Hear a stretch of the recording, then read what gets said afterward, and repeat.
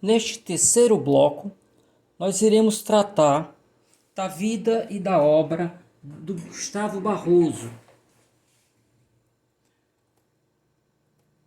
Gustavo Adolfo Luiz Guilherme Dott da Cunha Barroso nasceu em Fortaleza em 29 de dezembro de 1888 e faleceu no Rio de Janeiro em 3 de dezembro de 1959.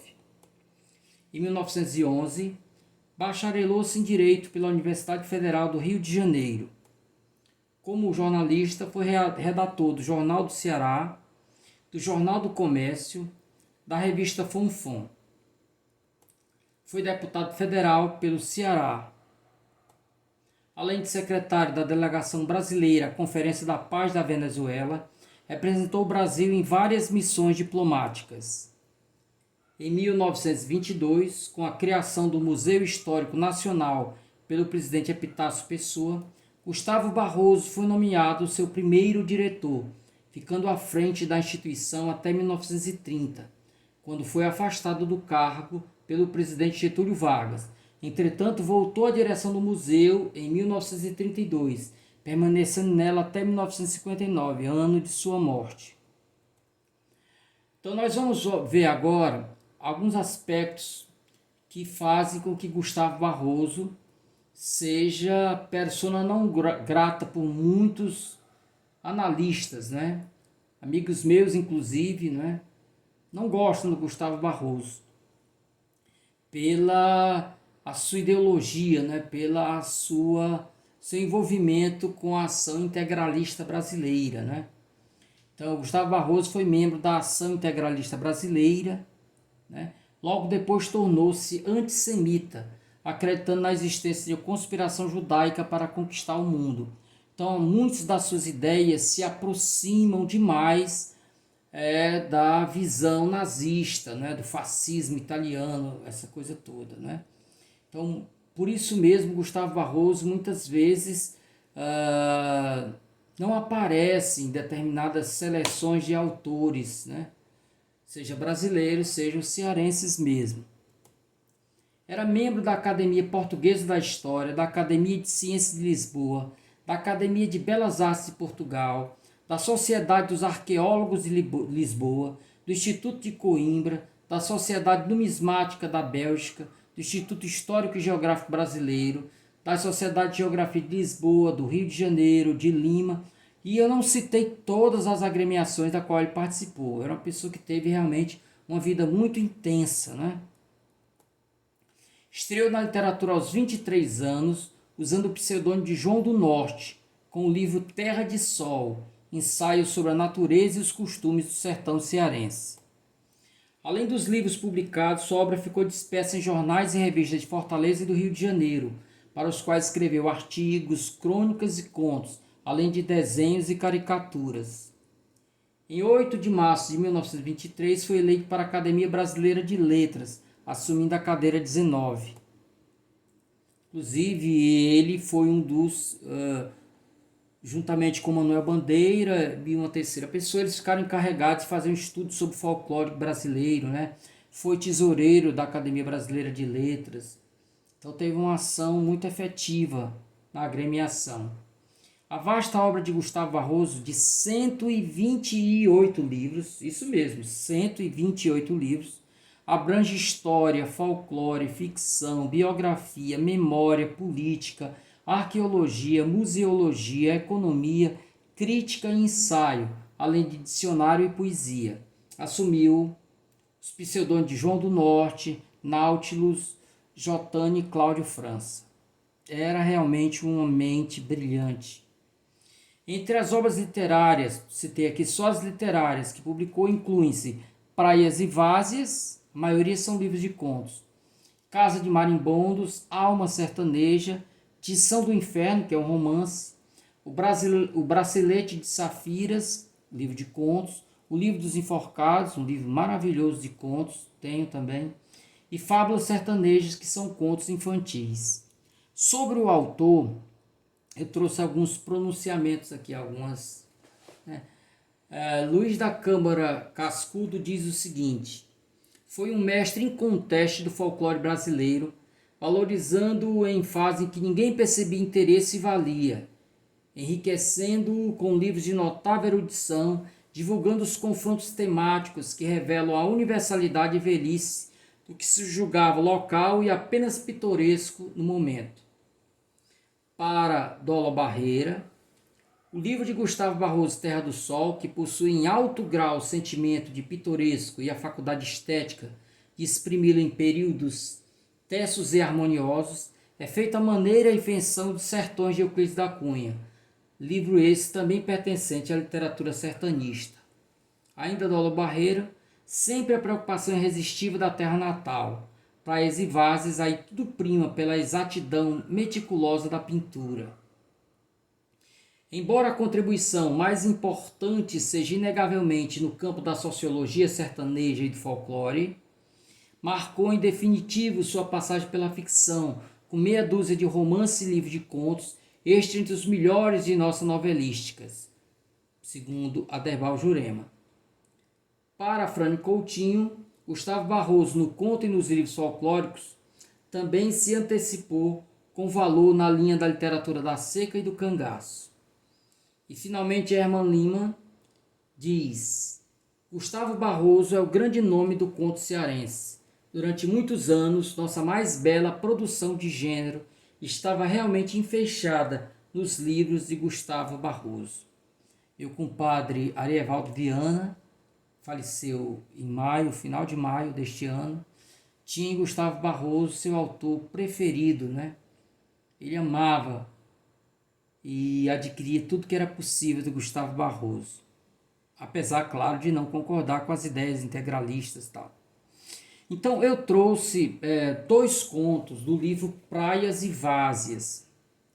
Este livro vocês encontram a íntegra do livro, vocês encontram na internet, mas eu mandarei os 2 contos, a íntegra dos 2 contos que eu citarei aqui. Além do resumo que eu apresento, eu cuidei de enviar o cordel que trata desses 2 contos, né? Então, o primeiro conto que eu selecionei foi Marialva Sertanejo, né? Então, o conto trata do coronel Paulo Guedes. Paulo Guedes é dono de uma fazenda chamada Boqueirão. E aí ele cria um bezerro muito arisco, muito valente. E aí, seguindo a tradição, manda que o soltem. Era costume, na época, soltar o bezerro mais arisco para que ele se transformasse em barbatão. Barbatão é um touro selvagem e domável. E para que deixar esse barbatão? Para que depois os vaqueiros fossem apanhá-lo, uma competição, não é? Então, depois que anos depois dele ser solto, ele se transforma efetivamente num barbatão e ele é capturado na mata por 2 vaqueiros.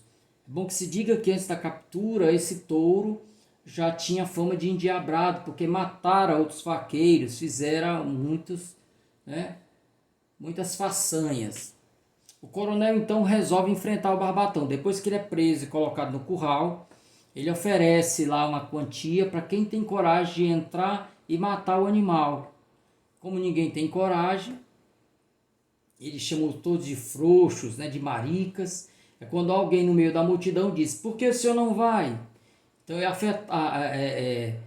alcançado em seus brios, ferido em seus brios, ele resolve cumprir essa missão. Efetivamente mata o barbatão, mas também é morto por ele, Então nós vamos ver o trechinho aí final.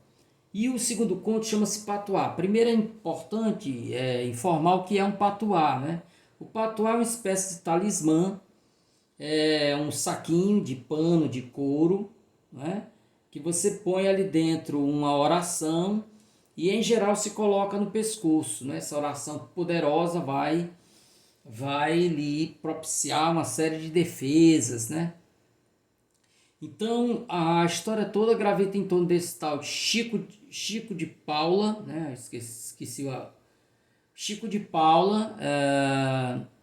Ele é um moleirão, apesar de grande e forte, ele é um moleirão, apanha até das mulheres e tudo, E aí um dia Damião, com pena dele, Damião é dono de um estabelecimento, um bar, uma espécie de pequeno comércio, e ele, apiedado, acaba dando a Chico de Paula um patuá. Diz, olha, aqui dentro tem uma oração muito forte. E ele efetivamente acredita, e a partir disso ele começa a bater em todo mundo. Inclusive enfrenta um cangaceiro lá, que era muito corajoso e tudo. Mas ele se torna um arruaceiro, né? Além de se defender, ele passa também a agredir as pessoas. E por isso Damião pede de volta o patuá. E Chico volta a ser um moleirão de novo. Embora o patuá, como Damião depois revela a todo mundo, não tinha reza nenhuma. Era apenas pelo da barba de um bode velho que ele colocou ali, né? Então, na verdade, a força estava no próprio Chico de Paula, mas ele não acreditava nessa força. Eu trouxe aqui o fecho dos dois contos, para nós observarmos o tipo de linguagem, né?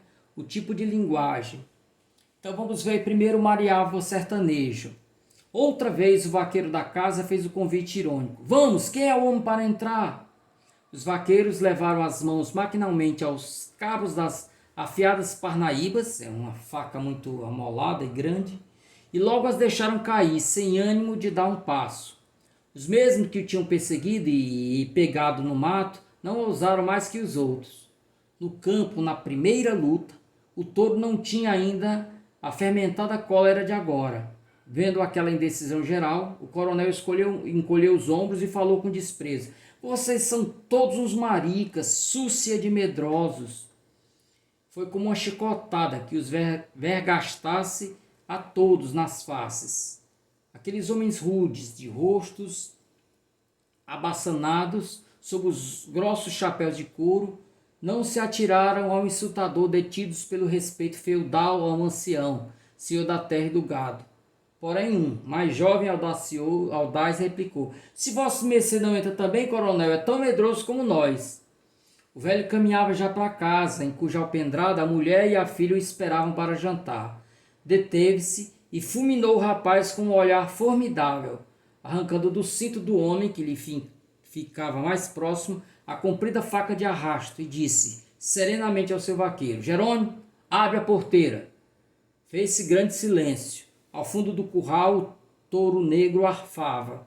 E diante dos vaqueiros, respeitosamente descobertos, aquele homem de 70 anos de idade e longas barbas brancas penetrou sem medo no recinto temível.